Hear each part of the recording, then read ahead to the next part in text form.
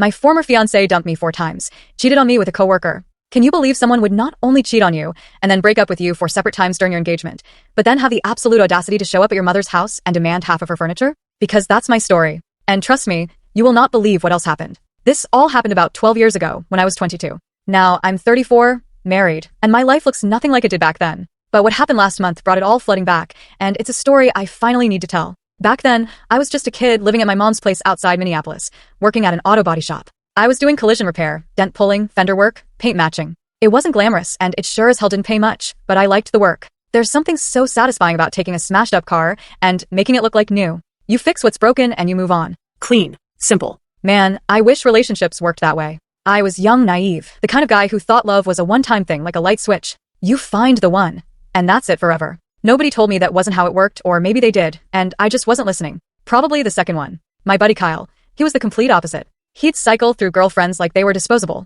His philosophy was on to the next one, and I thought he was cold. Turns out he was just realistic. I was the romantic. The idiot who thought finding the one at 20 was normal, not statistically improbable. Kyle tried to warn me about so much that happened, but I just didn't listen. I met Ally when I was 20, she was 19. We ended up at a house party, sitting on some stranger's back porch, just talking for hours. She was funny, quick-witted, and had this way of making you feel like you were the only person in the room, even with 30 people around. We talked until like 2 in the morning, and I drove home completely fixated on her. She was the first girl I ever said I love you to. The first relationship that felt real, like it was actually going somewhere. I just knew it, felt it in my chest. You know how it is when you're 20, you're so confident about things you have zero experience with. It's both our best and worst quality. We dated for about 2 years, and things were good. Or at least I thought they were. She lived with her mom, Paula, and I lived with mine. We were both working, both saving. The plan was to eventually get our own place, combine our savings, split rent, build something together. Normal young couple stuff. We drive around on weekends, looking at apartment listings, talking about what kind of couch we'd get. All that stupid, happy stuff that felt like the most important thing in the world.